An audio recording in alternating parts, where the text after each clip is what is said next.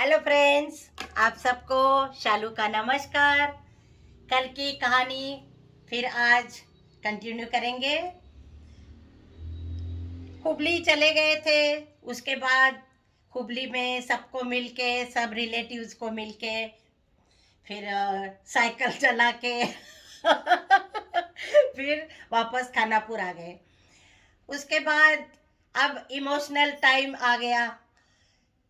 शादी होने के बाद अब जाने का, दिल्ली जाने का टाइम आ गया। चलो दिल्ली।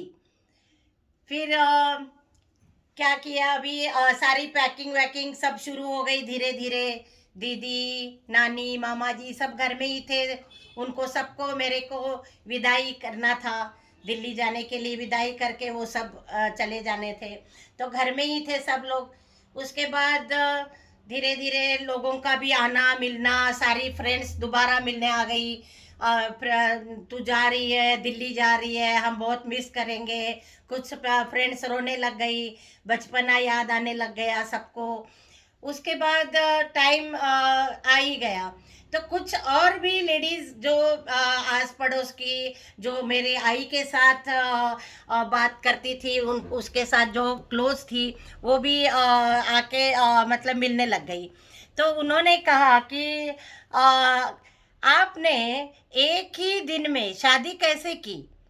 ऐसे तो शादी नहीं होती है। तो आपने अचानक कैसे एक रात में शादी कैसे की? हम लोग सब्जी लेने जाते हैं तो ढूंढ ढूंढ के लेते हैं। उन्होंने बोला, मौसी सब्जी लेने जाते हैं तो सब्जी ढूंढ ढूंढ के लेते हैं, ये अच्छी है, उसमें भी इधर अलग अलग कर करके ढूंढ ढूंढ के अच्छी अच्छी सब्जी हम छांट के लेते हैं। तो आपने ऐसे सुंदर पढ़ रही थी और छोटी भी थी, और ऐसे एकदम से कैसे शादी फिक्स की? तब जाके मेरे आई, वो भी इतनी दूर भेज रहे हो अपनी लड़की को, तो कैसे आपने मन ऐसा किया? तो मेरे आई को ना बहुत उस समय बहुत फीलिंग्स ऐसी हो गई, वो जोर जोर से रोने लग गई। मतलब तब उसको लगा कि वाकई में हमने कुछ नहीं देखा। लड़के की नौकरी, उनका घर, क्या है क्या नहीं, कैसे घर में रहते हैं, कुछ भी नहीं देखा। तब उसको एहसास होने लग गया।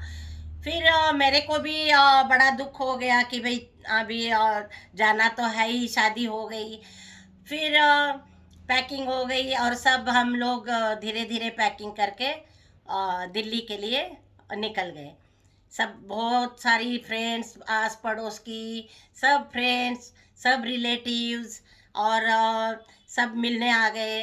और फिर बहुत रो रो के विदाई की मेरी, क्योंकि किसी के सपने में भी नहीं था कि ऐसे एकदम से मैं मतलब उड़ जाऊंगी। इसको उड़ना ही कहेंगे। एकदम से उड़ के मैं दिल्ली पहुंच जाऊंगी। तो सबके लिए एक अचरज की बात थी और सरप्राइज ही था। तो उसके बाद चले गए। रेलवे स्टेशन आ गया, सामान सारा उतार के सारा मैंने मतलब ट्रेन में सारा रख दिया। तब ट्रेन जो थी वो 3 दिन ट्रेन में ही बैठना पड़ता था। तो मतलब बहुत ही दूर का सफ़र था, और मैं कभी कहीं सफ़र की नहीं थी। मतलब खानापुर और बेलगाम को छोड़कर मैं कहीं और आना जाना ट्रेन में ज़्यादा इतने देर तक बैठना मैंने कभी किया ही नहीं था। तो फर्स्ट टाइम लाइफ में 2 रात 2 दिन पूरे ट्रेन में बैठना पड़ गया। तो बहुत ही हालत ख़राब हो गई थी, मतलब तो जैसे ही ट्रेन आ गई, सब सामान रख दिया, मैं भी बैठ गई खिड़की के पास। और फिर मेरी आई, बाबा सब मेरे को छोड़ने के लिए आ गए। और फिर छोड़ने के लिए आए। और फिर जैसे ही ट्रेन अभी निकलने वाली थी, तो मेरी आई मतलब ऐसे ऐसे करते करते करते वो नीचे गिर गई। मैंने खिड़की से देखा कि मेरी आई गिर गई है, लेकिन मैं कुछ नहीं कर पाई क्योंकि ट्रेन शुरू हो गई थी और उन दिनों में मोबाइल भी नहीं था। तो आप समझ सकेंगे कि कितना मतलब 3 दिन तक मैं ट्रेन में यही सोचती रही कि आई को चोट आ गई होगी, सिर में चोट आ गई होगी। तो मेरे दिमाग में यही चलता रहा कि मेरी आई गिर गई, मेरी आई गिर गई, यही दिमाग में रहा। उसके बाद फिर 3 दिन के बाद हम लोग पहुंच गए। लेटर भी लिखते तो भी जाने आने के लिए 4 दिन 5 दिन लगते थे, लेटर भी पहुंचने के लिए। तो बहुत मतलब आप समझ रहे होंगे कि किस हालात में मैं दिल्ली चली गई, मेरी आई गिर गई, उसको क्या फीलिंग्स हो गया होगा। और ये सब फिर आगे आज थोड़ा सा इमोशनल कहानी थी, क्योंकि अ, शादी करना बहुत आसान है, लेकिन एक जगह से इतनी दूर जाना और शादी करके, मतलब मेरे लिए बहुत ही वैसी बात थी।